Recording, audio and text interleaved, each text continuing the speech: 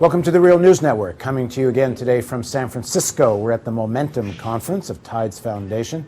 And joining us now is Sony Kapoor from redefine.org. And please define for us Redefine. It's an international think tank working on applying finance to get better outcomes on development, environment, and fairness in society. So I'm going to put this a little more dramatically. You have gone to Dante's Inferno. You have investigated the netherworld of international finance capital. You emerged somehow without being consumed by the fires.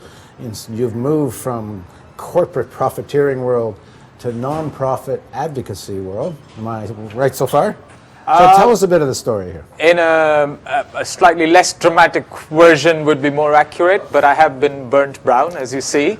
The quick version is I started out my career in investment banking, and we worked for a bank called, or what used to be called Lehman Brothers, amongst other things, and did leverage finance and private equity, then did derivatives trading for a firm which was one of the biggest trading partners for Enron, amongst other things.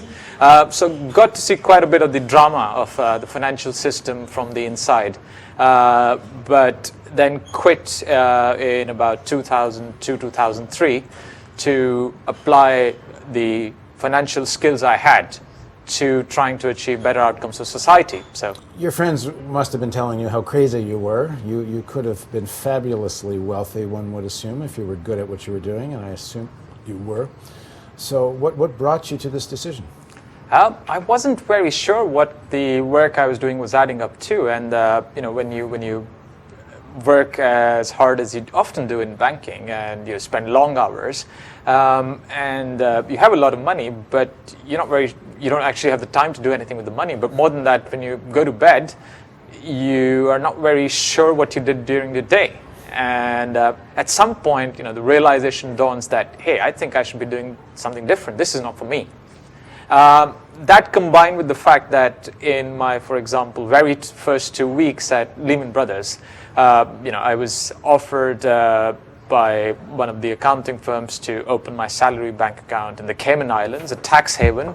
I saw Chinese walls being broken, and I, for the first time, understood what Richard Gere said, what he did in Pretty Woman, which was buy companies, break them up, and sell them. Or in Danny DeVito's money with other people's money. Absolutely, with other people's money. And it was a fast learning curve. And so there was a lot of systemic stuff that I saw from the inside, which grated with what I believed in, and both emotionally but also intellectually. It wasn't just a moral question. It was just intellectually, it did not seem to be a sound model. It was a house of cards. So talk about what you learned about the construction of this house of cards and how this helped contribute to this current crisis we're in.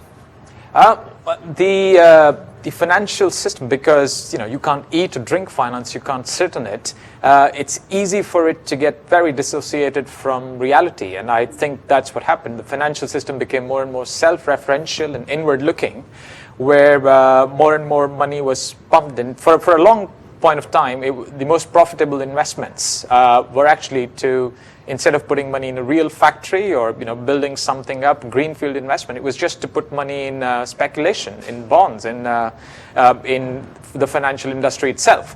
So it fed on itself, and it became this giant monster. It's called, in another form of work, it would be called swine flu. where if pigs start eating pigs, we get, or mad cow disease when cows start eating cows. It's a very incestuous world, and it's so easy to lose connection with everything else outside because you only interact with your brethren. So tell us what you found. It was just-in-time finance, just like you have just-in-time production lines where in the name of efficiency things moved faster and faster. It was very big, and it became bigger and bigger. The financial markets have grown by an exponential amount for the past several years. It became more and more complex, both in terms of the nature of institutions. Citicorp has 2,400 subsidiaries. You had complex products like CDOs, etc. So what you had was a system which was faster than ever before, more tightly connected just in time than ever before, and less transparent and larger than ever before. And this was akin to driving a fuel-laden truck on a highway with a drunken driver and with a massive fog having descended with poor visibility. And this was a system that was just waiting to crash.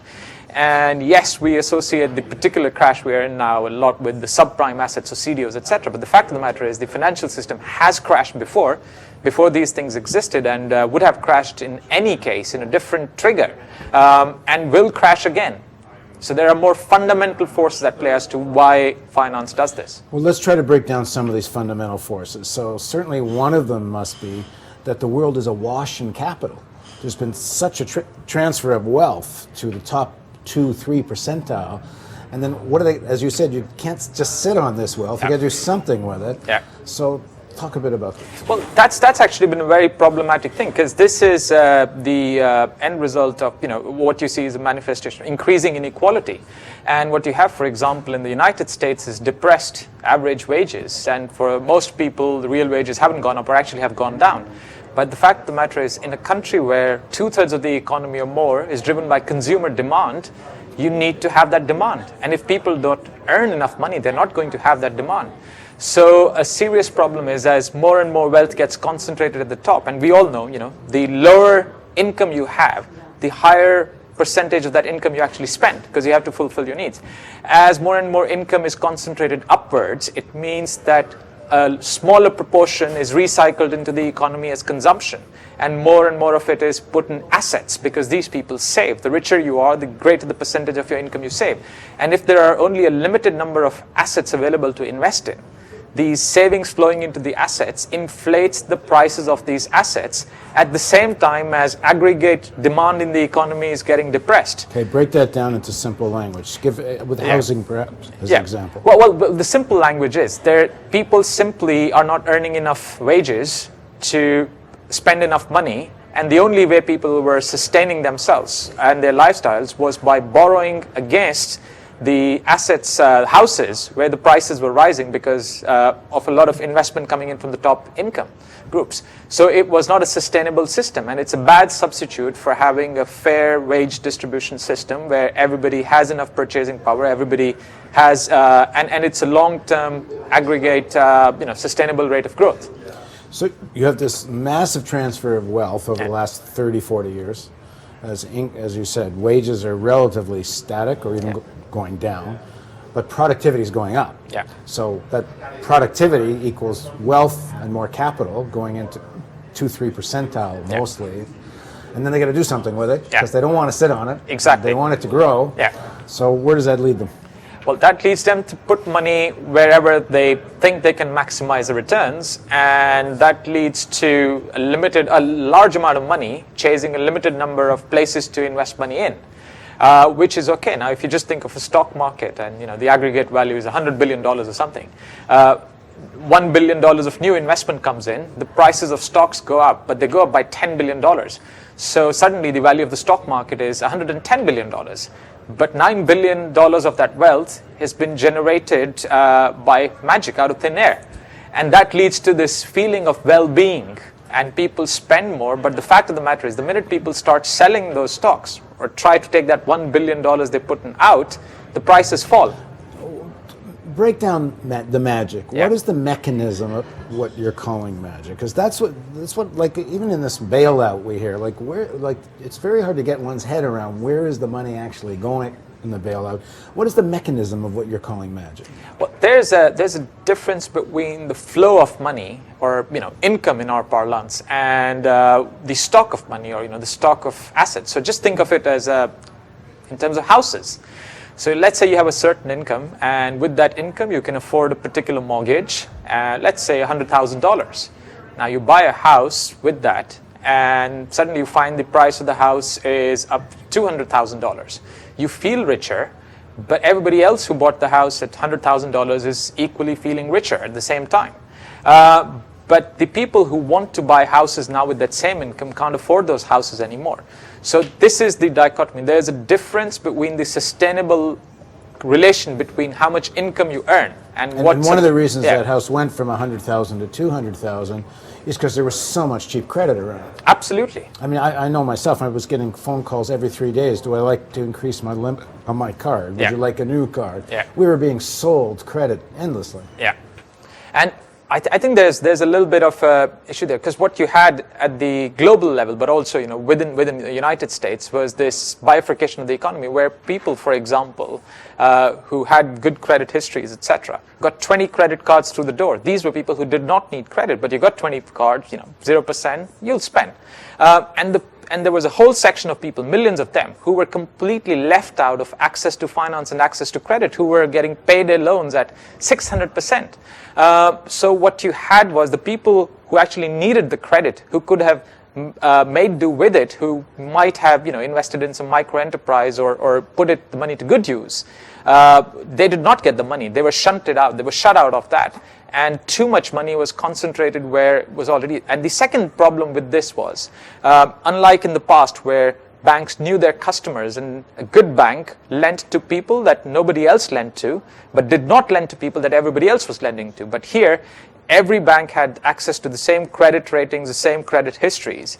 Every bank was chasing only the people with good credit histories, and every bank was leaving out everybody else. So the system lost diversity.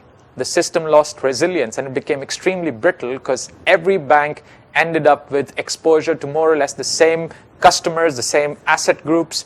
And what happens with that is, anytime there's a disturbance in one section of the market, like the subprime assets, for example, it means it generates losses, which generates pressure to sell other assets, which infects other markets. So the whole system goes up together, but goes down together too. Diversity in finance brings resilience and stability.